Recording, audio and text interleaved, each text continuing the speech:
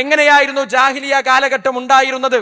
3 കാര്യങ്ങളാണ് അവർക്ക് ഏറ്റവും പ്രധാനപ്പെട്ടതായിട്ടുണ്ടായിരുന്നത്: യുദ്ധം, അതുപോലെ തന്നെ മദ്യം, മൂന്നാമത്തേത് പെണ്ണും വ്യഭിചാരവും. ഇതാണ് അവരുടെ വീക്ക്നെസ് ആയിട്ടുണ്ടായിരുന്നത്. യുദ്ധമില്ലാത്തൊരു ദിവസം കഴിഞ്ഞു പോകുക വളരെ പ്രയാസമാണ്. വളരെ ചെറിയ കാരണങ്ങൾക്ക് വേണ്ടി, വളരെ ചെറിയ റീസണുകൾക്ക് വേണ്ടി വർഷങ്ങളോളം തമ്മിൽ യുദ്ധം ചെയ്യാൻ, കലഹിക്കാൻ പ്രയാസമില്ലാത്ത, അതിൽ ആനന്ദം കണ്ടെത്തിയിരുന്ന ഒരു വിഭാഗം. അതുപോലെ തന്നെ ഒരു സ്ത്രീയെ വ്യഭിചരിക്കാൻ കിട്ടുക എന്ന് പറഞ്ഞാൽ അത്രയേറെ സന്തോഷിച്ചിരുന്ന ഒരു ജനത. പിന്നീട് അവരിൽ ഉണ്ടാക്കി തീർക്കുന്ന മാറ്റം എന്താണ്?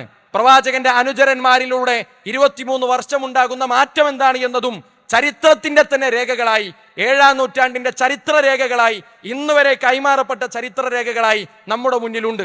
അതെന്താണ്?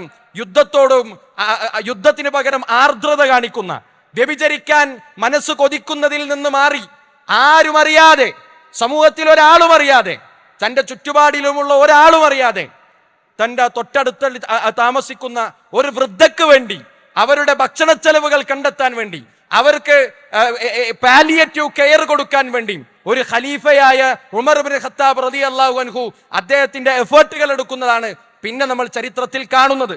അതുപോലെ തന്നെ പ്രവാചകൻ സ്വല്ലല്ലാഹു അലൈഹി വസല്ലമയുടെ മദ്യത്തിനു വേണ്ടി ജീവിച്ചിരുന്ന ഒരു സമൂഹത്തിന് പ്രവാചകന്റെ ഒരു ആഹ്വാനം നൽകുകയാണ്.